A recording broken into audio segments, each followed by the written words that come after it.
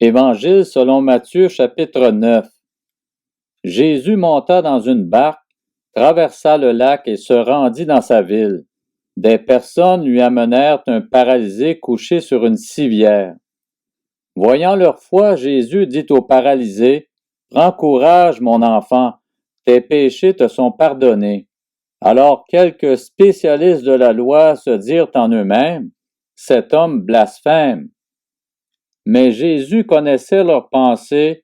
Il dit, « Pourquoi avez-vous de mauvaises pensées en vous-même?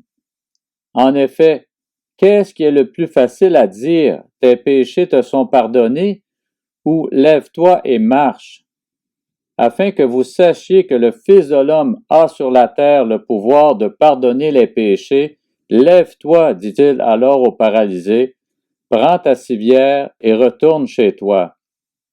L'homme se leva et rentra chez lui.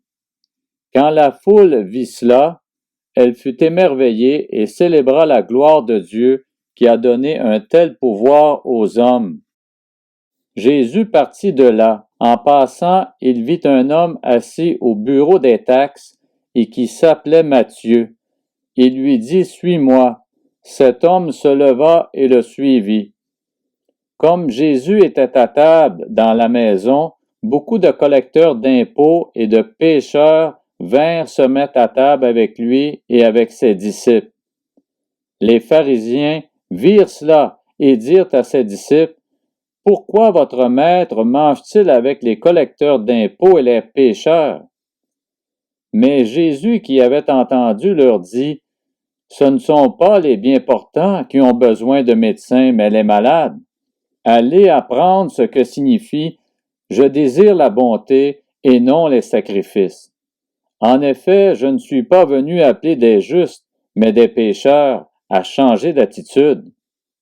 Alors les disciples de Jean vinrent vers Jésus et dirent, « Pourquoi nous et les pharisiens jeûnons-nous souvent, tandis que tes disciples ne jeûnent pas? » Jésus leur répondit, « Les invités à la noce peuvent-ils être tristes tant que le marié est avec eux? Les jours viendront où le marié leur sera enlevé, et alors ils jeûneront. Personne ne coud un morceau de tissu neuf sur un vieil habit, car la pièce ajoutée arrache une partie de l'habit et la déchirure devient pire. On ne met pas non plus du vin nouveau dans de vieilles outres, sinon les outres éclatent. Le vin coule et les outres sont perdues.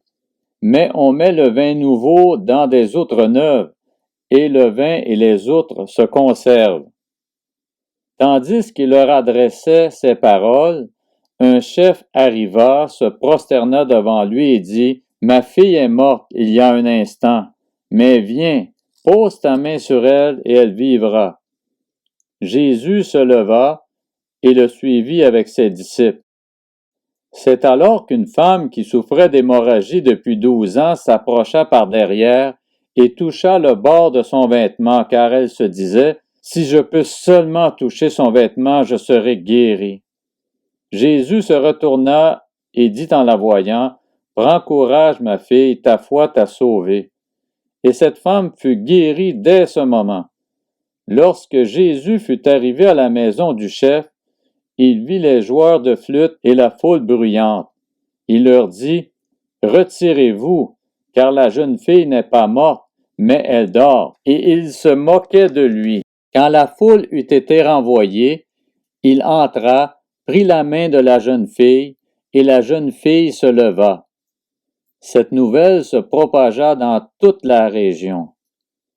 Quand Jésus partit de là, il fut suivi par 2 aveugles, qui criait, « Aie pitié de nous, fils de David! » Lorsqu'il fut arrivé à la maison, les aveugles s'approchèrent de lui et Jésus leur dit, « Croyez-vous que je puisse faire cela? » « Oui, Seigneur, lui répondirent-ils.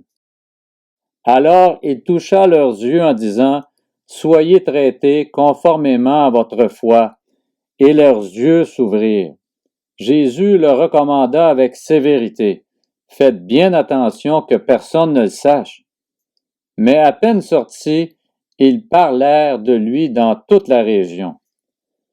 Comme il s'en allait, on amena à Jésus un démoniaque muet. Il chassa le démon, et le muet se mit à parler. La foule disait, émerveillée, « On n'a jamais rien vu de pareil en Israël. » Mais les pharisiens disaient, « C'est par le prince des démons qu'il chasse les démons. » Jésus parcourait toutes les villes et les villages. Il enseignait dans les synagogues, proclamait la bonne nouvelle du royaume et guérissait toute maladie et toute infirmité. À la vue des foules, il fut rempli de compassion pour elles, car elles étaient blessées et abattues, comme des brebis qui n'ont pas de berger. Alors il dit à ses disciples, « La moisson est grande, mais il y a peu d'ouvriers. Priez donc le maître de la moisson d'envoyer des ouvriers dans sa moisson. »